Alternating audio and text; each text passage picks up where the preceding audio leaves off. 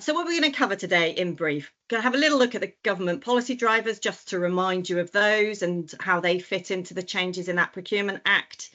Then we're going to cover the landscape, as I've said. Jack will cover that, and also the anticipated changes. And as I said, we have been part of some of those Cabinet Office consultations. So this isn't just based on what we see in the media, it is based on what we've been told by government that will be in that guidance as it comes out at the end of February. Then we're going to cover off, insights, how you're feeling, and any themes you want, as Laura's pointed out, any themes you want us really to dig into in a little bit more depth in that second phase with Lindsay. Then we're going to conclude and recap. So that's about it today. We've got about 50 minutes for our session today, and we'll kind of really hard stop at 2 o'clock. Nearly said 1.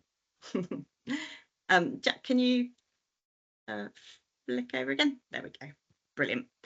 So just some pointers on the policy drivers, and apologies if this is teaching you to suck eggs, but it's always something we have at our kind of core when we're thinking about putting social value plans together with employers.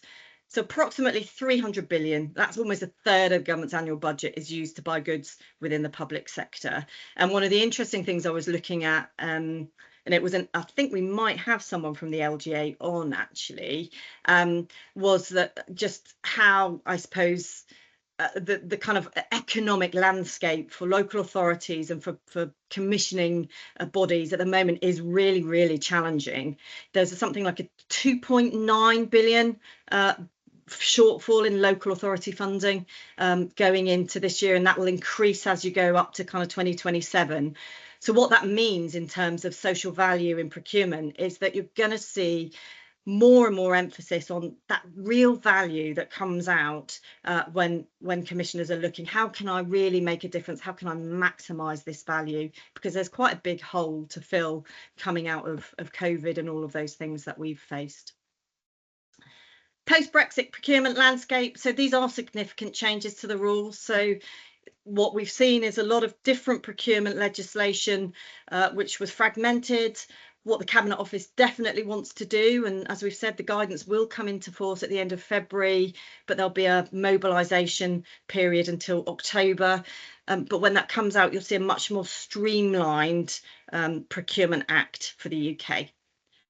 And the aims of that legislation really are to create that efficiency, but also they've got a very, very strong focus on transparency, as Jack will cover in a minute.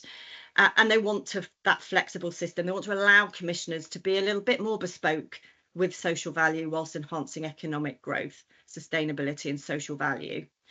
And this one's a really important one for us, really. Make work pay is a very major plank of the government's strategy. They want to help economically inactive people into work. They want to make the economy work more productively. Why is that important? Because you're going to see that S in ESG really become a very intense focus. So if we think about the kind of 5 missions that the government has, kickstarting economic growth is based on those good jobs and helping open up and break down barriers to opportunity. And that's exactly, as a social recruitment advocacy group, we know that kind of sits at the heart of what you all are striving for as well. So without much further ado, I shall kind of flick over to the next one. Please do keep any questions, happy to answer those. And then I'm going to hand over to Jack to just do a recap of the current landscape in terms of procurement and social value. Over to you, Jack, if you're there. I am. Thanks, Emma, and afternoon, everyone.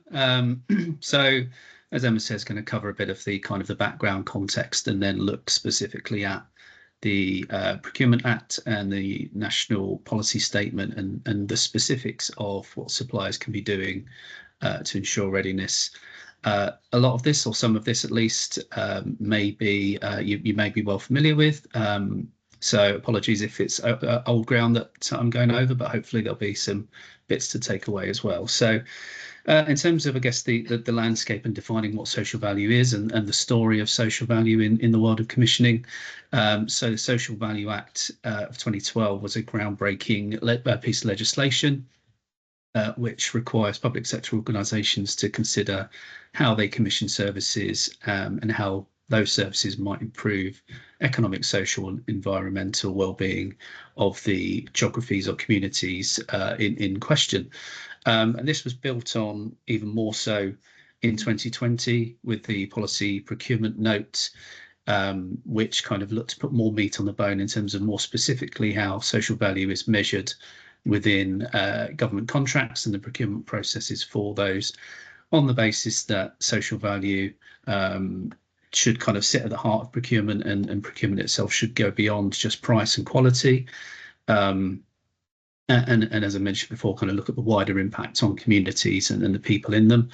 And so as a result of that, all those economic, social and environmental benefits being considered. So linking back to what Emma was just saying around the kind of the government's agenda, you know, economic benefits, job creation, business growth, social benefits, social inclusion, reducing inequality, and certainly environmental benefits as well in terms of sustainability, carbon footprint and so on. So all of that kind of wrapped up together looked to kind of take a view of improving public service delivery as a whole, you know, by integrating social value into the kind of traditional price and quality measurements, just kind of leads not only to better outcomes, but more impactful services, which kind of boost local economies and job creation and people's development within those economies, both economically and socially in terms of quality.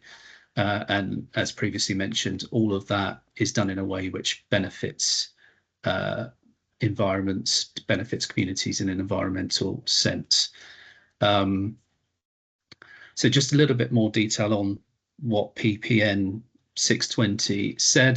So it was introduced in September 2020, and it was kind of with a significant change to how social value was kind of considered in bids. So previously it was just considered, but PPN 620 was where we saw the introduction of a mandated 10% weighting for social value, at least. I think it took a while, it's fair to say, for that to kind of become commonplace and really embedded, but certainly over the last few years, we'll come on to in many places that has actually increased above that minimum 10%, which is great to see. PPN also introduced the social value model, which provides a standardized framework for evaluating a bid's social value, linking back to those themes around economic, social and environmental outcomes. And what that means is it kind of shifts the focus away from just kind of meeting the requirements for the best price towards doing that, plus ensuring that you're positively impacting communities in a social, economic and environmental sense. So where we are now, so then the Procurement Act regulations due to come in, as we know, in a couple of weeks' time.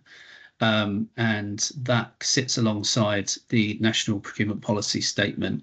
And probably the most straightforward way to think about it is that the Procurement Act itself kind of sets the rules of the game, it sets the framework, and the NPPS kind of provides a bit more of the detail of how to play the game, if you like. So as I say, the Act itself is the legal framework, so it sets out the core principles. Sets out the core principles that public sector organisations have to follow, and introduces new rules and processes to make sure that procurement is more transparent, efficient and accountable. And the NPPS aligns with the wider policy objectives that public sector organisations consider when making purchasing decisions. So promoting social value, of course, key focus of why we're here today, supporting small businesses, achieving value for money, delivering more opportunity for small and medium-sized businesses and the voluntary sector, and kind of making sure that public sector organisations have the right skills and processes and people in place to effectively manage their procurement activities. So as part of that, if there is kind of a need to invest in training for public sector bodies, then that's kind of something that they have to do as part of this statement. So in terms of the relationship between these two things, the MPPS has a significant impact on suppliers. So that's kind of more of the focus of why we're here today. And suppliers who want to win public sector contracts have to demonstrate that they can deliver social value in addition to providing goods and services. So that in itself obviously isn't new. We've kind of covered the context of that previously, but the MPPS is just kind of more updated to, I guess, the kind of the newer vision in terms of government agenda, and how the Procurement Act sits alongside that, really.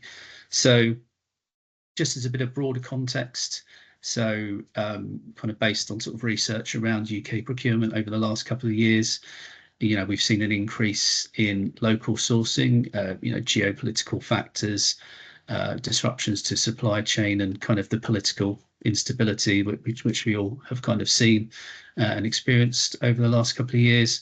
There's been a growing trend to source locally, which is great in terms of supporting local economies, enhancing supply chain resilience, and promoting sustainability. And as part of that supply chain resilience, businesses are kind of local businesses are getting more capacity and capability to identify and mitigate those risks because they're getting more opportunity to deliver local services. There's been a broader definition of value, and that kind of ties in with some of the changes around the Procurement Act. So the Procurement Act, as many of you may know, now focuses on the most advantageous tender rather than what was previously the most economically advantageous tender. So again, you've got that price quality balance, but also social value kind of integrated in the mix of that rather than considered as an afterthought. So the Procurement Act will increase transparency and accountability. So, for example, publishing of KPIs on social value commitments, ensuring compliance through transparency notices, larger bodies being required to publish a pipeline ahead of time in terms of opportunities that are going to be commissioned, so that suppliers can adequately prepare, engage, and start to look at how they can maximise their social value. As mentioned previously, that minimum 10% is the norm now, but that is often being elevated. So some councils have applied weightings up to 30%. So this kind of trend is expected to continue. Might not necessarily go above the 30%, but we might see more and more bodies working towards that kind of higher weighting, given the focus of the Procurement Act. And there's a growing emphasis on environmental sustainability as well, and more kind of emphasis within scoring criteria around that. So making sure that suppliers really have a strong, credible and evidenced offer around environmental sustainability, rather than it being considered as a bit of an afterthought. So all of this and the increased local sourcing, which I mentioned before, obviously supports SMEs locally, local businesses, local charities, and boosts local economies, which is great to see. And lastly, the Procurement Act and the measures around it will bring stronger enforcement mechanisms in terms of remedial actions for businesses that fail to deliver on their commitments. So there might not be, there has been, and I'm kind of speaking broadly here, but there's maybe been a bit of a perception for some organisations that social value commitments are important to go into a bid, but then they might not necessarily be kind of held to account on them, depending on the commissioning approach and the funder and so on. But there's a view to kind of move towards it being absolutely rigorously monitored and measured, and quite rightly so. And that was definitely, just to add there, it was definitely a theme when we were part of those consultation exercises that came out very strongly that they do want that enforcement to be in place. Yeah, absolutely. Thank you, Emma. So what will change? So I've touched on some of these points already, but just for completeness.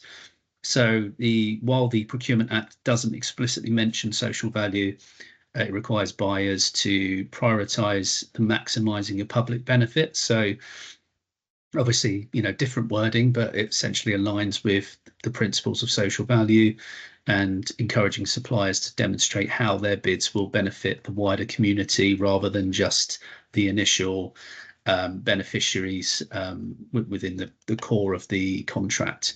So that shift from most economically advantageous tender to most advantageous tender places that greater emphasis on social value, as I mentioned before. So the NPPS, as I mentioned, promotes those national priority outcomes. So contracting authorities are encouraged to actively consider how their procurement activities align with those national priority outcomes, such as creating new jobs, developing skills, tackling climate change, etc. So the plan is for processes to be more simplified and streamlined, which will increase accessibility for SME, social enterprises, voluntary sector. An example of that is the central platform whereby suppliers can register, can put all their kind of pre-qualification information in, and that will be set up to speak to the various tender portals so that organisations don't have to complete a different PQQ or SQ every time they're looking to bid for something. So just one example, making things easier. As I mentioned on the previous slide, in terms of transparency, so suppliers will have to be more transparent around their social value commitments. So authorities will publish KPIs around suppliers' progress towards these commitments for contracts over 5 million. So organisations will not only have to make sure that they have the right kind of social value commitments within their bids to be successful, but also that they have thought about how they're going to measure them, how they're going to report them, who is going to actively manage those and really kind of champion those within the delivery of contracts, rather than it being, well, we'll win the bid and then we'll try and figure out how we're going to deliver these commitments. It really needs to be kind of absolutely central to kind of bid strategy and planning. I mentioned the local sourcing on the previous slide, so obviously that's great. To give local organisations a chance to get involved, and also particularly SMEs and VCSE organisations within that, so removing those barriers around participation. And the additional accountability, as I mentioned, in terms of those kind of the transparency and the measures, will just kind of really make sure that suppliers and buyers are really kind of accountable for how public money is being spent. So last slide from me, I believe. So just some thoughts on what bidders will need to do. So some of this may be fairly obvious, but hopefully helpful to some. So preparation and training. So suppliers or those looking to bid for public sector contracts should be looking to invest in training and upskilling their teams to understand this new world. The Cabinet Office has put out lots of guidance and videos, explainers. Obviously, we've got this session today where we're looking to kind of help those in attendance, but there's lots of information out there. So do some digging, do some reading, watch some videos. I think I would say, I haven't got this on the slide, but just my general thought is that it will probably be a slower transition. I think when we start to see new contracts, new tenders being released, new prior information notices, we will see it more then. But I think, there might be a perception of, as of February 25th, everything looks completely different. I don't think that will be the case. I think it will be subtle, it will be gradual, but having these things in mind will certainly help along the way. I think also, just from kind of our perspective, it helps to get all of those mechanisms in place. So if you worried about that reporting and transparency, now's the time to start thinking about your data collection and all of those things, so that when those new contracts do come up, you're kind of ready and you've got the foundations. Yeah, absolutely right. Yeah, and I think as I mentioned before, I think having that thought of not just how we're going to deliver social value within each contract, but how we're going to manage it as an organisation. How do we make social value kind of core to how we run our business or run our organisation, I think is essential. And that kind of leads nicely into the next point around social value strategies. So some of you may have them, you might have policies, you might have statements. But I think, as I say, it really kind of ties back to just that kind of how do we actually think about it, plan, engage, consult, make it happen, measure it, celebrate it, and then reinvest that knowledge, that learning into future contracts so that it's a continued legacy of social value. So I think, as I say, I'm sure many of you have strategies or similar in place, but kind of reviewing, refining those against some of the points we covered today. But as I say, certainly the more broader information out there around the Procurement Act and PPS would be a good idea. And within that, as I mentioned, that kind of greater focus on real tangible, measurable commitments around sustainability, environment, community impact in that sense would be worth kind of just revisiting and just kind of ensuring that those ways of measuring social value in that sense are cast iron, as well as the kind of broader kind of people focused elements. So a good opportunity, this is general good best practice in terms of bidding, but particularly now in this newer world, engagement and collaboration. So as and when your commissioners are starting to plan to put tenders out, they will be kind of going through the guidance themselves from their own perspective. They might sort of be trying to muddle their way through it, and they will want to have a steer from suppliers as to what suppliers need from them.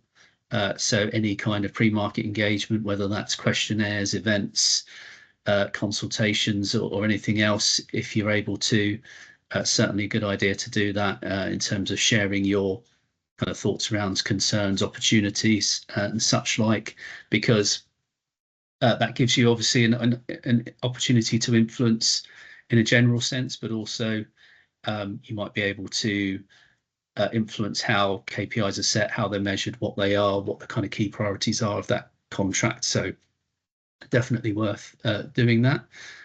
And lastly, probably an obvious thing to say, but continuous improvement. This is all going to gradually emerge and evolve over time. So engaging in forums and support such as that which we provide, but also keeping up with Cabinet Office guidance and joining LinkedIn groups or whatever it is in terms of other forums out there to kind of help you stay up to date with developments is always a good idea. Yeah. On that note, what I would say, just in kind of reflection to those points, is we've got two kind of strands that we will be really focused on this year in the SRAG. One is, of course, that procurement element that Laura's talked about, and we'd be looking at that not only from a kind of England point of view, but how it interplays in Scotland and Wales as well. And so you'll see more information sessions and more kind of sharing best practice sessions in that kind of regard. But also we recognise that those local partnerships are going to be a critical thing. We've got some amazing partners, some of them on here as well today through the Social Recruitment Advocacy Group. There's going to be a really strong emphasis on building that network of partners and having a genuinely collaborative network of experts that you can lean into as employers. So that's going to be a really strong focus for our 2025. Brilliant. So now we kind of hand over for any questions. We have got one or two in the chat, which I'll kind of take whilst you all have a think. Please do ask questions, avoiding tumbleweed moments when our lovely sparkly Dr. Craig usually kind of gives a virtual poke. I'm less of the person to do that. So do jump in, however silly you think the question may be, jump in and do ask. But we've got a couple. So Simon has asked, will we be sharing the deck? Absolutely, we will. How we normally do that is we share that on the portal, so you will have access to your portal. If any of you don't, please do contact either myself or Dr. Craig. You've got his email as well, and we'll get that sorted for you. But we will be sharing that after the session on the portal. And then I think it's Amelia has asked, what about the minimum wage and national insurance increases? This is a really tricky one. So I did say ask any question. It's great. We do know that a number of employers have said to us, this is difficult, it's challenging, and all of those things. And we completely get that and understand that. And we've obviously seen it in the media as well. from a kind of social recruitment advocacy point of view, we've got a number of members who actively don't want us lobbying or touching that as a public policy issue. So as a collective, we won't be doing letters to government or anything like that. However, we do have a number of members, so if you want us to tie you up with other employers to have those discussions, we're really happy to do that. It just wouldn't be a social recruitment advocacy initiative. What we really kind of focus on as the social recruitment advocacy group is that positive push to government to say, and to employers to say, come on, we can actually move the dial if we all collaborate. So that's where we stand on that one. But Amelia, always happy to chat about that with you, so happy to do that offline. I think I'd just add a quick, sorry, didn't mean to cut across you. I was just going to say, I think I'd add a quick point, just going back to what I was saying previously around engaging with commissioners at kind of pre-bid stage. I think, if there are specific concern, whether it's broadly as an organisation or with regards to a specific tender that you're looking at, it's absolutely worth kind of putting your cards on the table with regards to concerns around the minimum wage, NI, and how that might impact your staffing models, what you can commit to in terms of social value, because I can imagine that your organisation wouldn't be the only organisation that's either worried about it or, actually telling them. So that would be my suggestion. That's really helpful. Thanks, Jack. I've got a question if I can jump in, if that's okay. Yeah, of course you can, Andy. Yeah. We see a lot of this stuff just now coming from the utility sector, because they've been driven by the regulator. So the social value stuff is starting to come in. But one of the things I've got a real concern about with the government doing this is how they're going to measure how you evaluate your tender, because my experience is it's a one size fits nobody. They'll take whatever's written down and then they'll just apply that to any contract. So for example, if we win a contract for 100,000, we can't, on the back of that one contract, afford to employ a person in that local geography for there, but their expectation would be you do. So therefore, you then get marked down. You might be able to do a lot of good stuff and all of that, but the way that their algorithms work, whenever they evaluate the forms, you end up getting red flags against you for not employing somebody in that specific town or geography, as one example.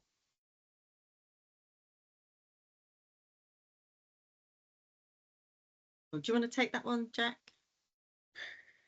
Yeah, I mean, I think it's a tricky one to answer. And I mean, I know, speaking firsthand in terms of the bids that we submit at People Plus, we've experienced that ourselves too, depending on the service and the model. Sometimes you might deliver a great impactful service, but not necessarily with lots of people on the ground. And if your commissioner is using kind of the sort of social value model kind of metrics, which we touched on, which are kind of more qualitative, then you can kind of speak to that, the impact on the beneficiaries, the community, etc., of the approach that you take. But if it's more of a kind of Tom's model, which is more kind of numbers and percentages, less so, I think, again, not meaning to repeat myself too much, but I think where we can, if we can be sort of speaking to commissioners around the models that they're using to evaluate social value and perhaps more of a qualitative focus, certainly for smaller contracts, as you say, where actually you might, even if you are employing one person on the ground, that might not achieve a high score, quote unquote, but actually that one person could be doing a heck of a lot of benefit to the people, resources, the problems that you're trying to solve. So I do think that engagement piece, commissioners are going to be expected to, market engagement is sometimes seen as a bit of an optional thing, or if they're not sure about their supplier base and they want to test the market, but there's going to be much more rigor around that, which is right. But I think it's the opportunity for us to actually really share those concerns actively. Yeah. I think so. There's just one other point in the back of that. They expect, and we do, and a lot of other companies do as well, a lot of things around the social value and what we do. But one of the things about this act that's different from the previous ones is if you apply for a framework contract, they reserve the right to introduce other players halfway through the term. And they want you to invest in all of this social value stuff and more of that, keep your prices down, which if you were getting a 5-year framework or a 3-year framework, you could say, okay, I'll take a view of how much business I'll get out of that and I'll invest and do all of that for the term. But now they're going to undermine that further by saying they reserve the right to open that framework up mid-term and introduce other players to that. I think Which is a bit that's unfair. definitely one that we should put to Lindsay when she kind of joins us. Appreciate the guidance, and they've gone through a lot of consultation.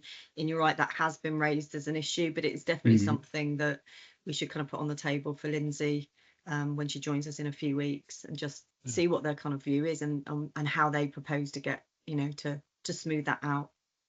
Yeah, agreed. And you would hope that if you are on that framework, that whoever's operating that framework is consultative and will speak to suppliers in terms of, you know, we're looking to open back up, but I guess almost giving you that opportunity to share those concerns, consult, potentially if you're able to refresh your submission or update. You know, you shouldn't be disadvantaged for joining earlier, much as you shouldn't be disadvantaged for joining further down the line if that's what they choose. You know, everybody should have the same opportunity. So I think, you know, in terms of how that practically works, I think, as Emma says, I think it'd be really good to see what Lindsay from the Cabinet Office, what her thoughts are around that, because it's going to be a thorny issue for sure. Yeah.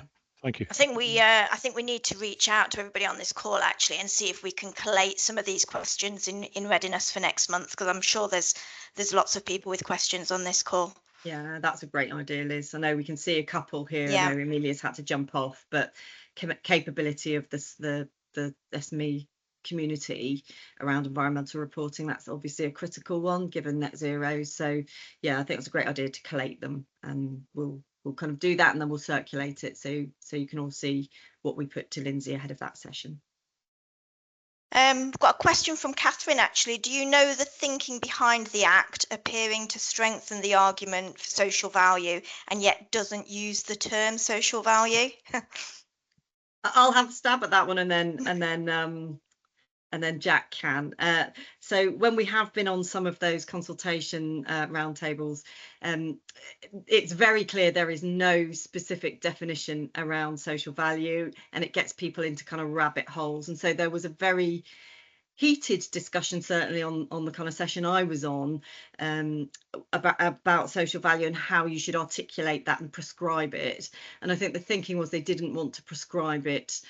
They wanted more flexibility for local commissioners. Do I think that's a bit of a get out of jail card? Yes, I think it hasn't been easy to reach consensus around that, but I definitely know that the policy trajectory, so if you look at the Social Value Council that Labour has proposed, that'll have trade unions, it'll have employers, the fact they want to introduce that national procurement plan as well.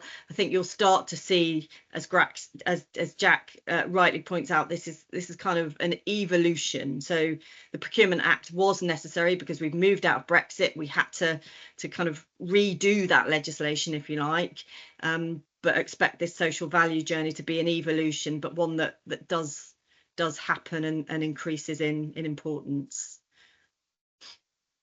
I'm not sure if that's answered it, but kind of jump in, Jack, or anybody else if they have thoughts.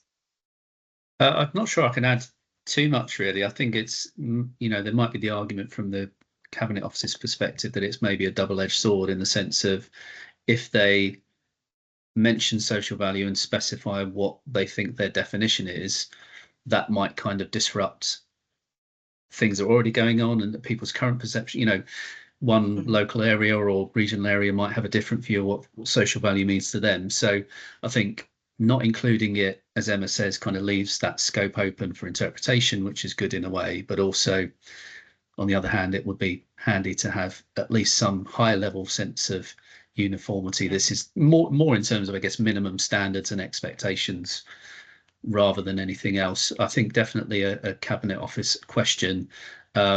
Personally, if I was talking a lot about social value in a piece of legislation or guidance, I'd certainly want to mention social value in there. Yes. And I certainly know, just to add to that, so when that question has been posed in some of those consultations, the answer has been to refer back to what's called the Green Book, the Treasury's Green Book definition, which is very broad, and it's about social welfare and maximising public benefit. So again, I think it's just tricky from a legal point of view to to kind of get that into that, what is essentially not primary legislation but secondary legislation. The guidance isn't going through, but it is going through Parliament, but it's more of a technicality than a primary bit of legislation. So yeah, we will put that to the Treasury and to Cabinet Office and see what they say. Thank you. Yeah, just coming from the industry side, I think I've spent the last 3 years getting my internal stakeholders to understand what social value is, how it's driven through contracts, how it affects our bottom line. And now if they take a very quick glance at it, they're going to go, oh, it's not in there anymore. No, definitely. It is, albeit not in words, but I appreciate that doesn't help you when you've done a lot of kind of, advising and educating to find, it's not there. So, and I think a lot of people were disappointed, in fairness, that the term wasn't actually specified in the Act. Thank you. But it sounds like you've been, regardless of that, it sounds like you've been doing the right things in terms of preparation and organisational readiness. So regardless of the lack of inclusion of the word social value, it certainly seems like you set yourself up well. So fair play. We've had a question from Simon from 55 Redefined. Simon, are you still on the call? Did you want to talk through your question? Yep, I'm still here, bright-eyed and bushy-tailed. A big thank you to you. Thanks a lot. This is super helpful. I really do appreciate it. Good. It was really just from a selfish point of view to understand if you had any thoughts, guidance about, if you're in my shoes, we represent the over 50s, how we would best articulate the case for the over 50s as part of that sustainability piece that Jack referred to. And it may be something you want to take offline, but I suspect there are a number of vendors on this call who are similarly interested in how to best articulate their case. And as a second part to that, if you've got any recommendations about who you think are the best place to provide social value measurement for a company like me, I'd welcome that. So 2 questions in one. Hope it's not too heavy.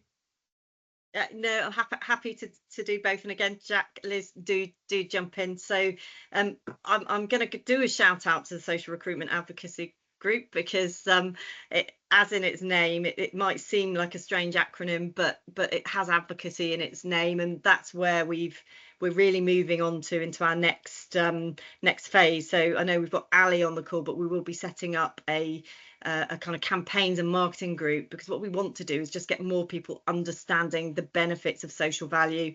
And that multi-generational workforce you've talked about, Simon, is going to be critical. So it's about encouraging more and about using our voice as a collective. We can absolutely help with that. So would love to invite you to that campaigns group. Yeah, please do. We'll welcome it. Sharing more at our March event, so really happy to kind of talk then. On the measurement front, and again, this is hugely it's an area that nobody agrees on, and I would say I spent 3 hours on a Cabinet Office session talking about measurement tools, only to find that at the end of it there was no consensus. Surprisingly, there's the really big tools that you will have seen, like TOMS, and we know that they aren't without their limits. I'm not going to go into a kind of critique of TOMS, but you can be doing some great stuff, and any of those measurement tools on the market might miss some of the really valuable person-centered stuff you're doing. And we are going to see the Procurement Act and devolved funding start to put more emphasis on that localized needs-based assessment. So what I would say is, from a SRAG point of view, how can we help practically? From a SRAG point of view, we've got our charter marks. That does put a rough calculation on it. We have a calculator that we've kind of put together and almost reverse engineered, looking at all the different factors. I wouldn't say that's the silver bullet. And I don't think there is a silver bullet is the answer. There's a lot of frameworks out there. We can certainly point you to some of those free ones, but from a social recruitment advocacy group point of view, what the charter marks have done, and they go from bronze up to ambassador, is they take all of this social value around the S, around the people bit. We don't focus on environment because it's not our, there are plenty of good organisations that are doing that, and we can certainly signpost you to some of those as well. But from an S point of view, it covers all of the main standards you'd like to see, so that we're not asking members to duplicate.